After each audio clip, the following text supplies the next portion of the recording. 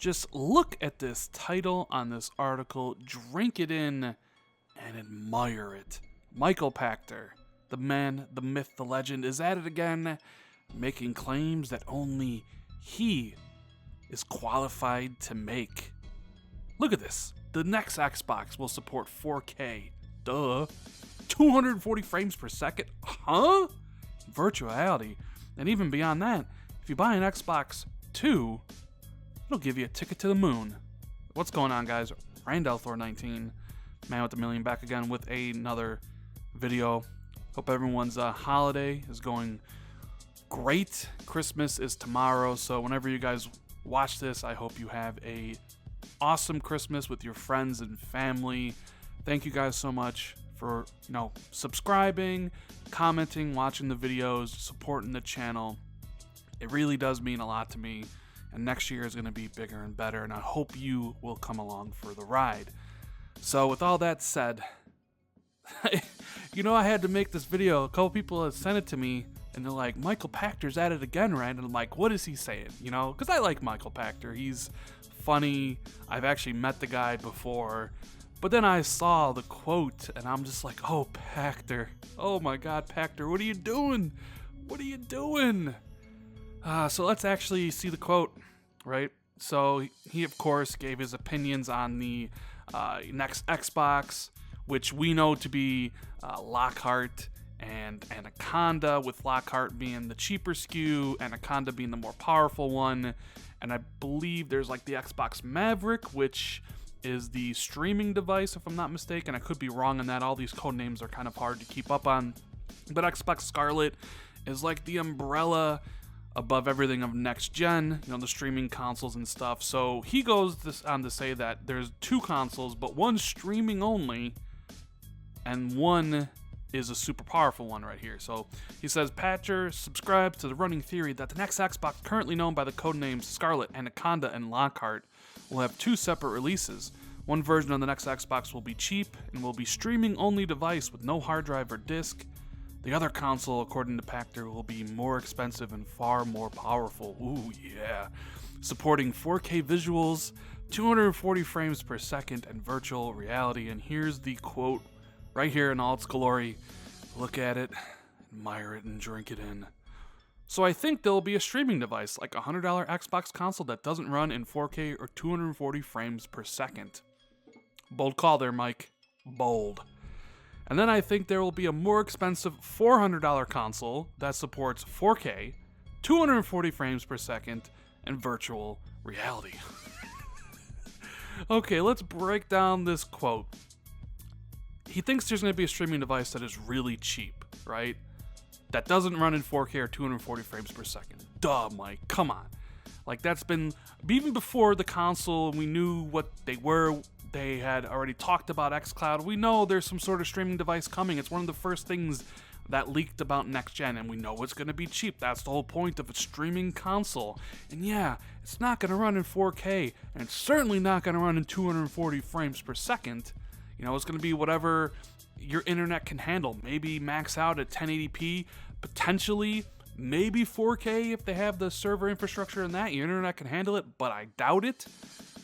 But this is like a no-brainer here. And then the thing is, like, he's not even up to date on the current situation of there being a streaming console and then two traditional consoles, right? The cheap one and an expensive one. He just thinks there's the streaming box and this powerful system that runs at 400.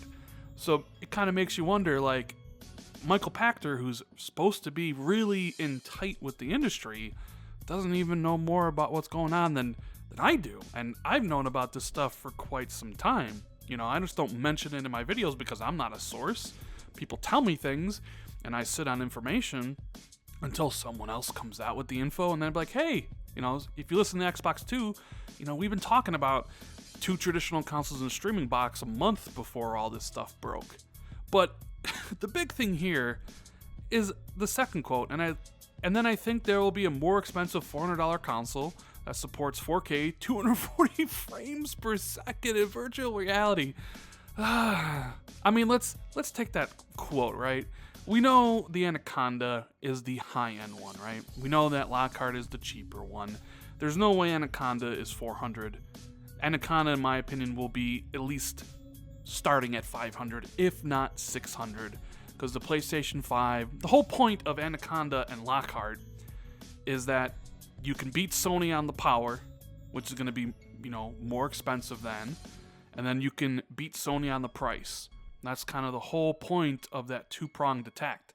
Unless, of course, Microsoft knows that Sony is doing a similar thing with a cheap console and a powerful console, and they want to match that. But in my opinion, it's more along the lines of Sony's going to have a PS5 that is pretty damn powerful, and it just sits there at $400.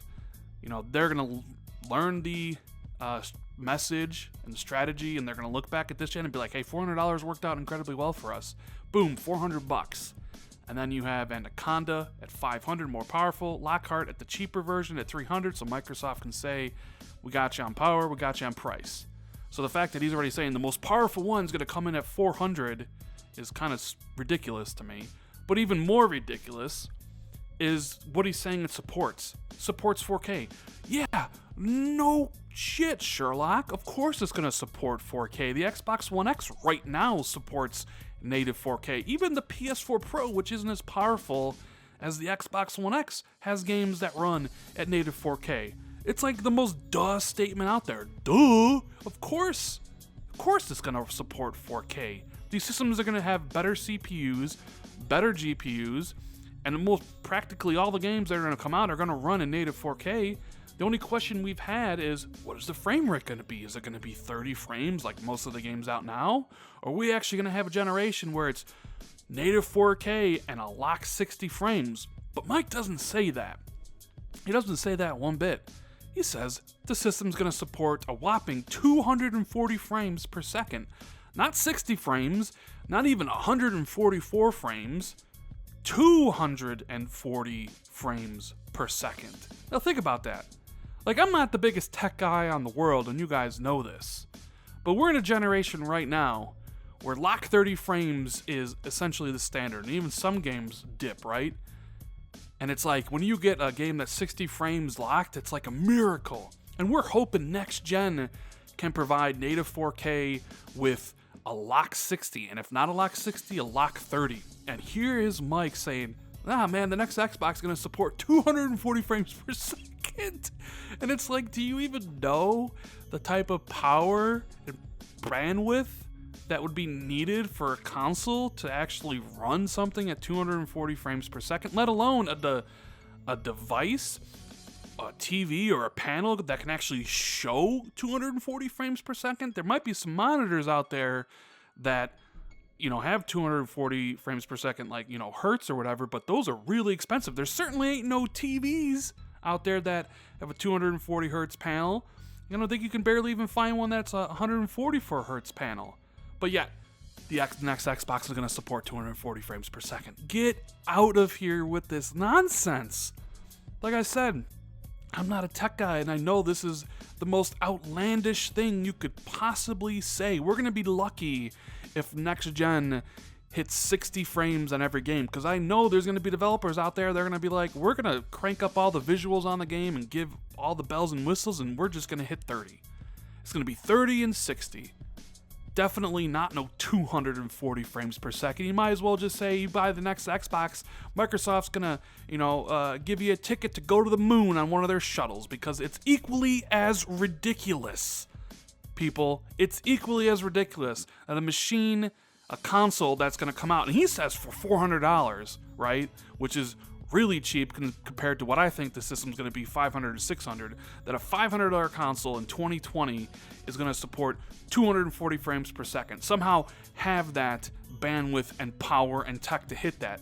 It's equally as ludicrous as saying, in fact, it might be more ludicrous to say it'll support 240 frames per second than saying if you buy an Xbox Anaconda, you'll get a ticket to go to the moon from Microsoft. Because they're both just utterly it's stupid. And then, of course, there's the virtual reality comment. I don't really know what Microsoft's doing in the VR space. We all know what Sony's doing. They're the leader there. Oculus is kind of dropping out of the race. There's still HTC Vive. The VR is really not that big of a market. When Microsoft chase it, I don't know. I mean, they could make the consoles just support the ones that are currently made and the ones that, you know, the ones that like Microsoft and Windows have themselves, you know, those VR, AR headsets. But Microsoft isn't going to have any of the developers working on exclusive, you know, their first party is not going to be making any exclusive VR titles. I mean, I still recall back in 2016 when they talked about Xbox One X the first time and how it was going to support premium VR experiences, and that never came to fruition. They kind of lied about that, but they lied about it. They saw that the market didn't really react well to VR, and they're like, we're not supporting this. Is the market really going to react that well to VR next gen? I mean, it should be better, and I do like PSVR outside of the fact that it gives me a headache, but something just tells me it might just be like, yeah, you can plug it in and it'll support virtual reality because, you know, you got Xbox console supporting keyboard and mouse now, so it's not outside the realm of possibility, but I don't really think Microsoft will push it that hard. I don't really know. I can't see them trying to court developers to bring their games over. I wouldn't be shocked either way, let's just say. If it supports VR, I'll be like, okay, and if it doesn't support VR, it'll be like, whatever. It wouldn't shock me either way. They're not going to make their own headsets. There are headsets out that they'll probably just support. But honestly, I mean, Michael Pachter, I sometimes just expect more from you, bro. 240 frames per second. It'll support 4K. Yeah. But anyways, I hope you guys enjoyed this video. I enjoyed making it. Sorry for the, you know, no gameplay, but I was kind of short on time and I wanted to put a video out today. So, once again, hope everybody has an amazing holiday, great Christmas. Let me know in the comments what you think about this video. Hit that sub button if you're new, notification bell if you always want to be notified. Share this out on Twitter. You know the drill. Thank you guys so much for being here, for rocking out with me throughout 2018, 2017. Hope you get what you want for Christmas, and that it's a great day with your family. And I'll see everybody in the next video. Later, guys.